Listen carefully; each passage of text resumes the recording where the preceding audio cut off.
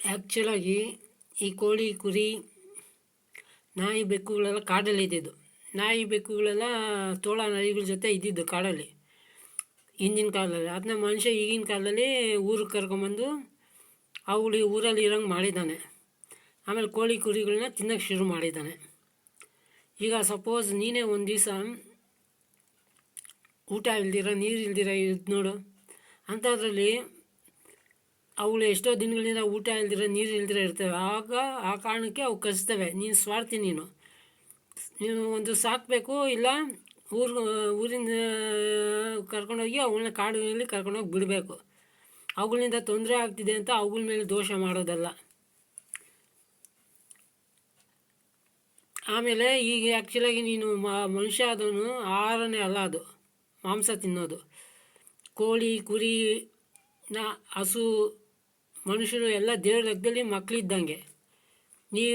ನೀವು ಅವುಗಳನ್ನ ಸಾಯಿಸಿದ್ರೆ ದೇವ್ರ ಮಕ್ಕಳನ್ನ ಕೊಲೆ ಮಾಡಿದ ಪಾಪ. ಅದಕ್ಕೆ ದೇವರು ನಿಮಗೆ ಕಾಯಿಲೆಗಳ ರೂಪದಲ್ಲಿ, ಆಕ್ಸಿಡೆಂಟ್ ರೂಪದಲ್ಲಿ, ಇಲ್ಲ ಮುಂದಿನ ಜನ್ಮಕ್ಕೆ ಕಾಯಿಲೆಗಳ ರೂಪದಲ್ಲಿ, ಆಕ್ಸಿಡೆಂಟ್ ರೂಪದಲ್ಲಿ ಶಿಕ್ಷೆ ಕೊಡುತ್ತೆ. ಇಲ್ಲ ಮುಂದಿನ ಜನ್ಮಕ್ಕೆ ನಿಮಗೆ ಮನುಷ್ಯನೇ ಕೊಡೋದಿಲ್ಲ. ಈಗ ನಾನು ನಿಮ್ಮನ್ನ ನೋಡ್ತಾ ಇದ್ದೀನಿ ಅಂದರೆ ನಿಮ್ಮ ಶರೀರ ನೋಡ್ತಾ ಇದ್ದೀನಿ ಅಷ್ಟೇ. ಶರೀರದಲ್ಲಿರೋ ನಿಮ್ಮನ್ನ ಜೀವಾತ್ಮನ ನೋಡೋಕ್ಕಾಗಲ್ಲ. ಜೀವಾತ್ಮ ಅನ್ನೋದು ಪರಮಾಣುಗಿಂತ ಸೂಕ್ಷ್ಮ, ಆ್ಯಟಮ್ಗಿಂತ ಸೂಕ್ಷ್ಮ, ಯಾವ ಸ್ಕೋಪಲ್ಲೂ ನೋಡೋಕ್ಕಾಗಲ್ಲ. ಶರೀರ ಬಿಟ್ಟ ಮೇಲೆ ದೇವರ ಶಕ್ತಿ ಎಲ್ಲ ಕಡೆ ಇದೆ, ಅದ್ರ ಕಂಟ್ರೋಲ್ಗೆ ಹೋಗುತ್ತೆ. ಆವಾಗ ಅದು ಒಳ್ಳೆ ಕರ್ಮ ಮಾಡಿದರೆ ಜೀವಾತ್ಮಕ್ಕೆ ಮನುಷ್ಯ ಶರೀರ ಸಿಗುತ್ತೆ, ಇಲ್ಲ ಪ್ರಾಣಿ ಪಕ್ಷಿ ಶರೀರ ಸಿಗುತ್ತೆ. ಜೀವಾತ್ಮ ಶರೀರ ಬಿಟ್ಟು ಒಂದು ನಿಮಿಷದೊಳಗಡೆ ಅದ್ರ ಮುಂದಿನ ತಂದೆ ಶರೀರದಲ್ಲಿ ಹೋಗಿ ಸೇರಿಕೊಳ್ತದೆ. ಮುಂದಿನ ತಂದೆ ಶರೀರದ ವೀರ್ಯಾಣು ಒಳಗಡೆ ಹೋಗಿ ಸೇರಿಕೊಳ್ತದೆ. ಆಮೇಲೆ ಯಾವಾಗ ವೀರ್ಯಾಣು ಅಂಡಾಣು ಸೇರಿ ಭ್ರೂಣ ಆದಾಗ ಜೀವಾತ್ಮ ಭ್ರೂಣನ ಪ್ರವೇಶ ಮಾಡುತ್ತೆ. ಆ ಭ್ರೂಣನೇ ಮುಂದೆ ಶರೀರ ಆಗಿ ವಿಕಾಸ ಹೊಂದೋದು. ಆದ್ದರಿಂದ ದೇವಭೂತಗಳ ಪ್ರಶ್ನೆನೇ ಬರೋಲ್ಲ. ಶರೀರ ಬಿಟ್ಟ ಮೇಲೆ ಜೀವಾತ್ಮ ಪ್ರಜ್ಞೆಯನ್ನು ಕಳ್ಕೊಳ್ತದೆ. ಆಮೇಲೆ ದೇವರ ಶಕ್ತಿ ಕಂಟ್ರೋಲ್ಗೆ ಹೋಗುತ್ತೆ. ಎಲ್ಲ ಕಡೆ ಇರೋ ದೇವರ ಶಕ್ತಿ ಒಳ್ಳೆ ಕರ್ಮ ಮಾಡಿದರೆ ಮನುಷ್ಯ ಶರೀರದ ತಂದೆ ಒಳಗಡೆ ಸೇರಿಸುತ್ತೆ, ಇಲ್ಲ ಪ್ರಾಣಿ ಪಕ್ಷಿಗಳ ತಂದೆ ಶರೀರದಲ್ಲಿ ಹೋಗಿ ಸೇರಿಕೊಳ್ತದೆ ಜೀವಾತ್ಮ. ಆಮೇಲೆ ಯಾವಾಗ ತಂದೆ ತಾಯಿಗಳ ಸಂಯೋಗ ಆಗುತ್ತೋ ಆವಾಗ ಭ್ರೂಣ ಆಗಿ ಶರೀರ ಸಿಗೋದು. ದೇವರ ಶಕ್ತಿ ಎಲ್ಲ ಕಡೆ ಇದೆ. ಎಲ್ಲ ಕಡೆ ಇರೋ ಶಕ್ತಿಗೆ ಅದಕ್ಕೆ ಯಾವುದೇ ರೂಪ ಆಕಾರ ಇಲ್ಲ, ಬರೋದೇ ಚಾನ್ಸೇ ಇಲ್ಲ. ಯೋಚನೆ ಮಾಡಿ, ಈಗ ಪ್ರತಿಯೊಂದು ಪರಮಾಣು ಒಳಗಡೆ ಎಲ್ಲ ಕಡೆ ಸ್ಪ್ರೆಡ್ ಆಗಿರೋ ಶಕ್ತಿಗೆ ಯಾವ ರೂಪ ಆಕಾರ ಬರುತ್ತೆ? ನಾವು ಆಕಾಶದಲ್ಲಿ ನಾವು ನೋಡ್ತೀವಲ್ಲ, ಒಂದೊಂದು ನಕ್ಷತ್ರನೂ ಒಂದೊಂದು ಸೂರ್ಯ, ಅಂದರೆ ಅದ್ರ ಸುತ್ತಲೂ ನಮ್ಮ ಥರನೇ ಒಂದೊಂದು ಭೂಮಿ ಇದ್ದೇ ಇದೆ. ಅದನ್ನ ವಿಜ್ಞಾನಿಗಳು ಒಪ್ಕೊಂಡಿದ್ದಾರೆ. ಹಂಗೆ ಆಕಾಶದಲ್ಲಿ ಕೋಟ್ಯಾಂತರ ಸೂರ್ಯ ಇದೆ, ಕೋಟ್ಯಾಂತರ ಭೂಮಿ ಇದೆ. ವಿಜ್ಞಾನಿಗಳು ಏನು ಹೇಳ್ತಾರೆ, ಆಕಾಶದಲ್ಲಿ ಇರೋ 10,000 ಕೋಟಿ ಸೂರ್ಯ, 10,000 ಕೋಟಿ ಭೂಮಿಗಳಿಗೆ ಒಂದು ಗ್ಯಾಲಕ್ಸಿ ಅಂತಾರೆ. ಆ ಥರ ಗ್ಯಾಲಕ್ಸಿಗಳು ಆಕಾಶದಲ್ಲಿ ಕೋಟ್ಯಾಂತರ ಇದೆ ಅಂತೆ.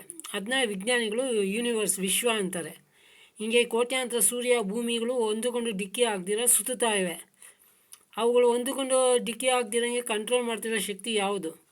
ಕಂಟ್ರೋಲ್ ಮಾಡಬೇಕಂದ್ರೆ ಆ ಶಕ್ತಿ ಎಲ್ಲ ಕಡೆ ಇರಬೇಕು, ಅವಾಗಲೇ ಕಂಟ್ರೋಲ್ ಮಾಡೋಕ್ಕಾಗೋದು. ಆ ರೀತಿ ಎಲ್ಲ ಕಡೆ ಇರೋ ಶಕ್ತಿಗೆ ಯಾವುದು ರೂಪ ಆಕಾರ ಬರೋಲ್ಲ. ಅದನ್ನೇ ವೇದಗಳಲ್ಲಿ ದೇವರನ್ನ ಶಕ್ತಿ ಎಲ್ಲ ಕಡೆ ಇದೆ, ಸರ್ವವ್ಯಾಪಕ ಶಕ್ತಿ ಎಲ್ಲ ಕಡೆ ಇರೋದ್ರಿಂದ ಅದಕ್ಕೆ ಯಾವುದೇ ರೂಪ ಆಕಾರ ಬರೋಲ್ಲ, ನಿರಾಕಾರ ಶಕ್ತಿ, ಸರ್ವವ್ಯಾಪಕ ನಿರಾಕಾರ ಶಕ್ತಿ ಅಂತ ವೇದಗಳಲ್ಲಿ ಹೇಳಿದೆ.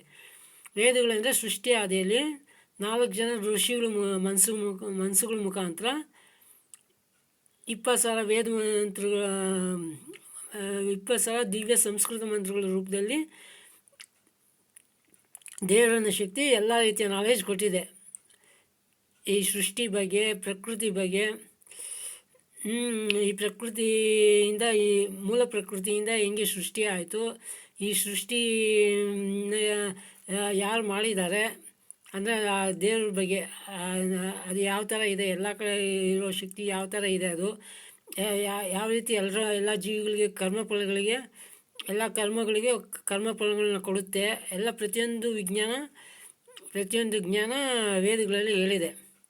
20,000 ವೇದ ಮಂತ್ರಗಳಲ್ಲಿ ಪ್ರತಿಯೊಂದು ನಾಲೆಜ್ ಇದೆ.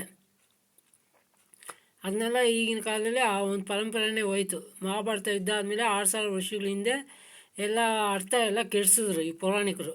ಆ ವೇದ ಮಂತ್ರಗಳಲ್ಲಿ ಬರುತ್ತೆ. ಈಶ್ವರ ಅಂದರೆ ಆ ಪದದ ಅರ್ಥ ನಾಯಕ ಅಂತ ಅರ್ಥ. ಇಡೀ ಸೃಷ್ಟಿಗೆ ದೇವರ ಶಕ್ತಿ ನಾಯಕ. ಅದಕ್ಕೆ ರೂಪ ಆಕಾರ ಕಲ್ಪನೆ ಮಾಡಿ ಕೈಲಾಸ ಕತೆ ಕಟ್ಟಿ ಶೈವ ಮತ ಅಂತ ಪೌರಾಣಿಕ ಜನ ಮಾಡಿದ್ರು ಮಹಾಭಾರತ ಯುದ್ಧ ಆದಮೇಲೆ 6000 ವರ್ಷಗಳ ಹಿಂದೆ.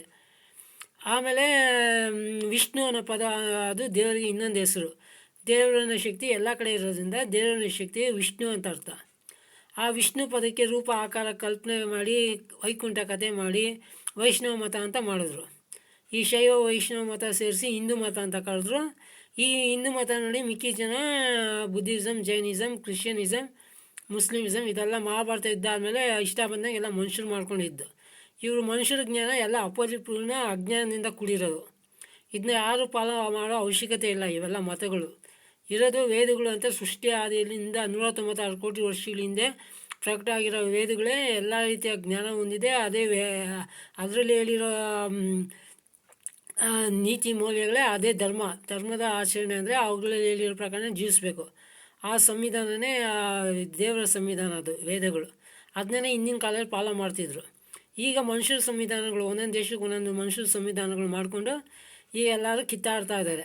ಯಾಕಂದರೆ ಯಾವುದೇ ನಾಲೆಜ್ ಗೊತ್ತಿಲ್ಲ, ದೇವ್ರ ಬಗ್ಗೆನೂ ಗೊತ್ತಿಲ್ಲ, ಆತ್ಮದ ಬಗ್ಗೆನೂ ಗೊತ್ತಿಲ್ಲ, ಏನೂ ಗೊತ್ತಿಲ್ಲ. ಪ್ರಾಣಿಗಳ ಥರ ಪಕ್ಷಿಗಳ ಥರ ಜೀವಿಸ್ತಾ ಇದ್ದಾರೆ ಅಷ್ಟೇ. ಆದ್ದರಿಂದ ಪ್ರಾಣಿಗಳ ಬಗ್ಗೆ ದಯೆ ತೋರಿಸ್ರಿ. ನೀವು ನಾಯಿಗಳನ್ನ ನೀವು ಕರ್ಕೊಂಬಂದಿದ್ದು ಕಾಡಿಂದ ಸಾಕಿ ಇಲ್ಲ ಕರ್ಕೊಂಡೋಗಿ ಕಾಡಿಗೆ ಬಿಡಿ. ಅದು ಬಿಟ್ಬಿಟ್ಟು ಅವುಗಳನ್ನ ಮೇಲೆ ಕ್ರೂರವಾಗಿ ವರ್ತಿಸೋದನ್ನ ನಿಲ್ಲಿಸ್ರಿ ಮನುಷ್ಯರಾದವರು.